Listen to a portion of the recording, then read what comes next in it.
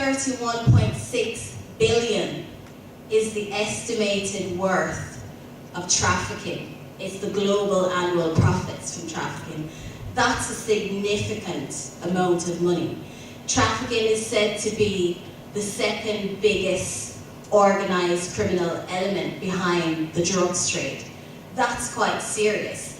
If you listen, like I've watched several videos and you've research conducted by several organisations, and the thought behind it is you sell a packet of drugs or millions of packets of drugs or whatever, it's used, it's gone.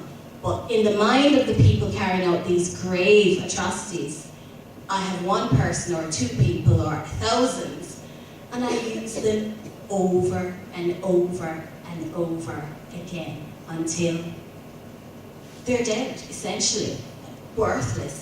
And if you think about that, it's really awful. It's really heartrending to think your life is literally just snatched away from you, and you're literally just a money pit, dollar sign for someone else. So think about that. Again, it's a real serious concern. So if I tell you a little bit about Tirzah, so we are an arm of the Evangelical Alliance of Ireland. The organisation is pretty young. We've only been established in September 2010. The name Tirzah means beloved. It's a girl's name, and in the Bible she's one of the very first women to actually inherit property. Now, our point of view is we are God's property. We belong to no one else except Him. One man can't own another person, and from that point of view we believe that we have a duty as Christians to actually raise awareness, battle in prayer, on our knees, to educate others, to talk about this issue, because we have a God-given right to be free. We were created to be free and to worship God, and that's where we stand as Tirzah. We see our role to actually educate the church so that the church can work together with all those other non-denominational or non-Christian, if you like, organizations that exist that are actually trying to fight this very real issue. And there's absolutely loads that you, that me, that we can all do to fight this thing. So some statistics for Ireland. Now these are very conservative. As I said before, think around the whole issue. This is very secretive. This is, people are going by in their daily lives and in pubs and clubs and restaurants and all of this, and you never know, you never understand that they could potentially, I know a lot of people think prostitutes on the street, they all volunteer to do this, they all see it as a job, but not every single one of those women on the street are there because they want to be, or because this was their ambition in life to become a prostitute. A lot of these women are there and are living in real fear and threat for their lives and are being forced to be there. So this is something that I'd like you to think about. So if we look at some of the stats from 2007 to 2008, 102 women were identified as being trafficked into Ireland. So it's a very real issue. These women were aware of at least 64 other women that were also trafficked. Looking at 2009, there were 68 incidents of human trafficking brought to the attention of the Garda Síochána. Now, of those 68, 66 cases were deemed to actually be potential and suspected human trafficking victims.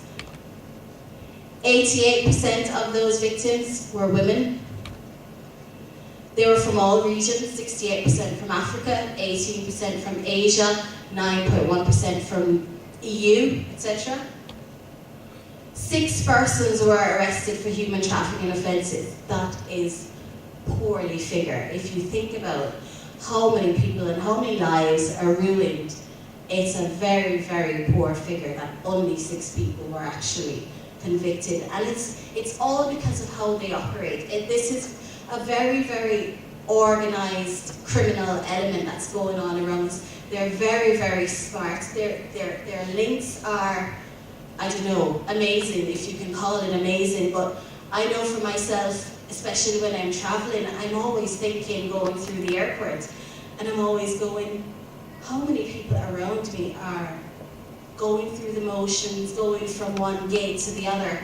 But potentially, some of these people that are around me and seemingly going on holidays or traveling for work or whatever, could be taken from their home, forced to go someplace else, because there's these criminal elements and criminal gangs that are forcing them to do this. So it's something that we should never just brush aside and think, oh, it's just happening in some other countries and far away from us, but it is a very, very real thing in Ireland at the moment. So what can you do to help? Tirzah is one of very many organisations that are looking at this whole issue of human trafficking. We're here because we're a Christian organisation and we believe the church has a very, very significant role to play in this. And one of the first things to do is to raise awareness. So in churches, that's our primary goal at the moment, to go around and talk to groups like yourselves to raise awareness about the issue. In our nation, addressing and discussing the whole issue of demand side. The sexual exploitation is the biggest element of human trafficking. Most of those persons that are trafficked, that's what they're being used for, sexual exploitation. Now, we have to ask this question. It's not something that a lot of people like to talk about in church, but it is something that's very real. And we have to question the whole issue of demand. If there's no demand for these services, then we put an end to this whole issue. So it's something that we seriously have to talk about. If we look at the involvement of people in the use of escorts, pornography, massage parlors, etc., again, it's not something that a lot of people like to talk about in the church, but it is a very, very real thing. And it has a significant and a very direct link to human trafficking. At Tirzah, every Monday we have what we call prayer nights or prayer walks. They take place in and around Dublin 2 and 4. It's around the typical red light district areas of Dublin. We pretty much walk, we pray, we hand out tracts, we speak to women that are actually in prostitution. So that is